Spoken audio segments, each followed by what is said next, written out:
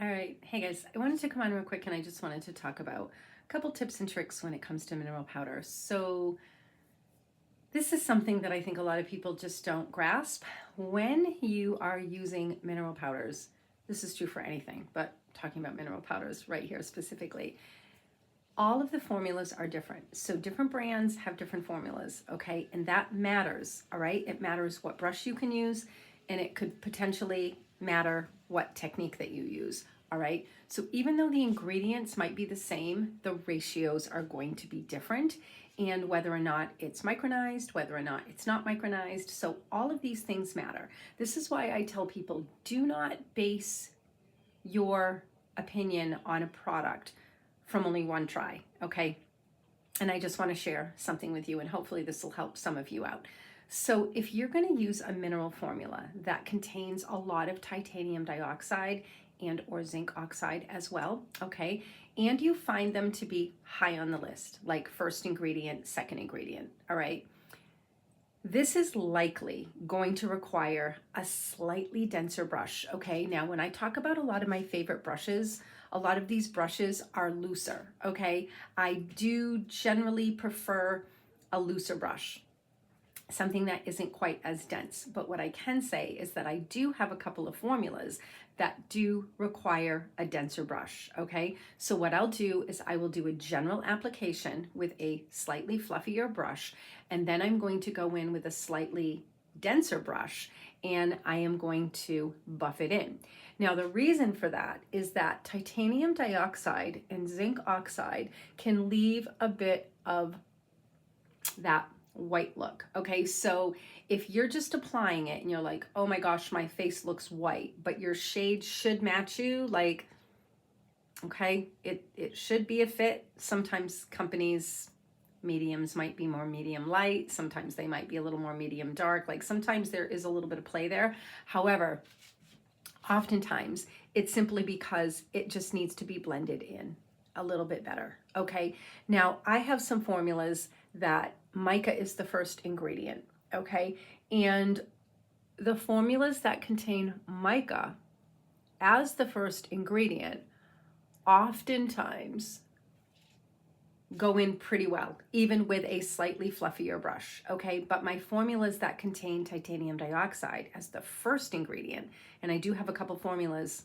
the one that I have on now does, this brush is going to be essential, okay? So I applied it with a larger kabuki just to get it all over, and then I go in with this and I blend.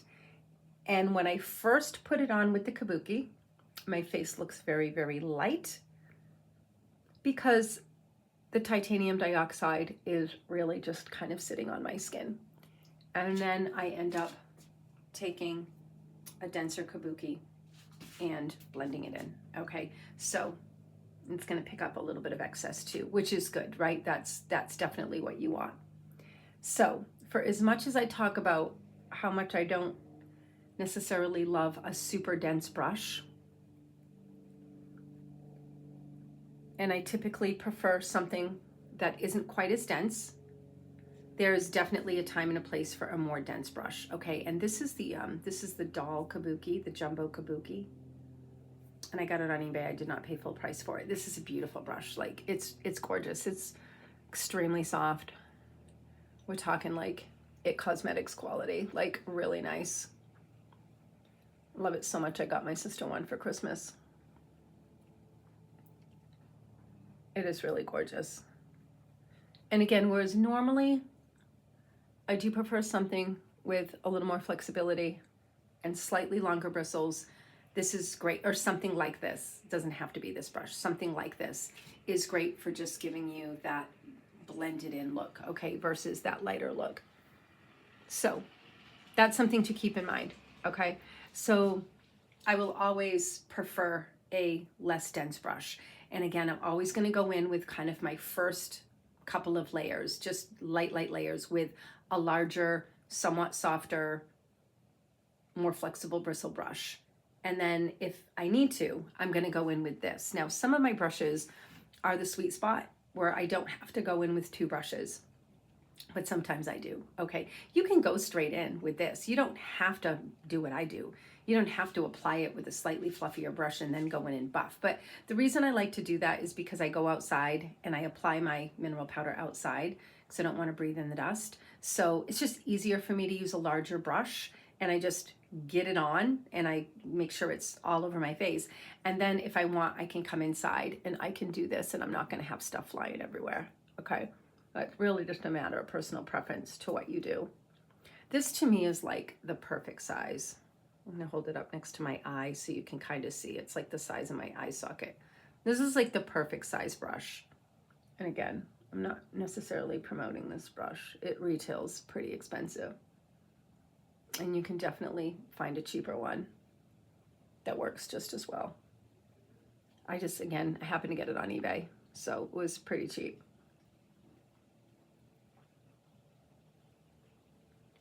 Gorgeous brush,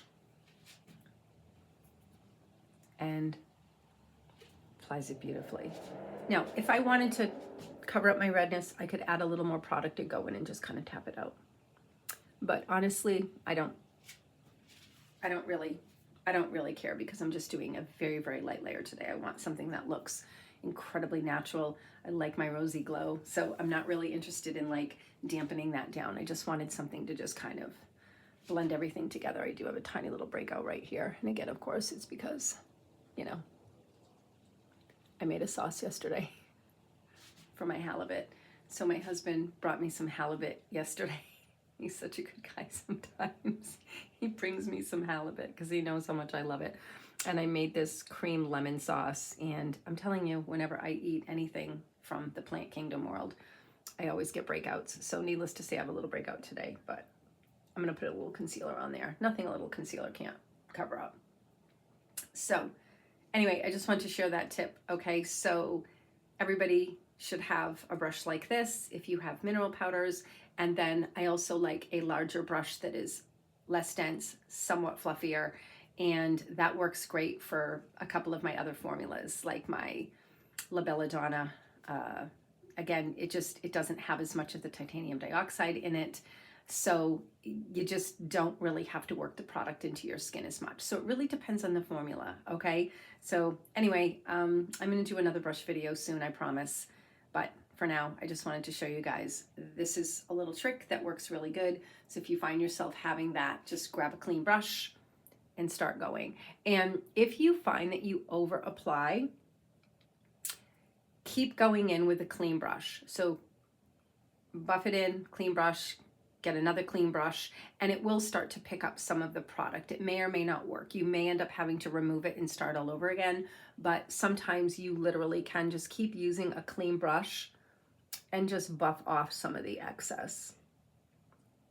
And the more dense the brush here, the better, because you're gonna be able to really kind of pick up a little more product, okay?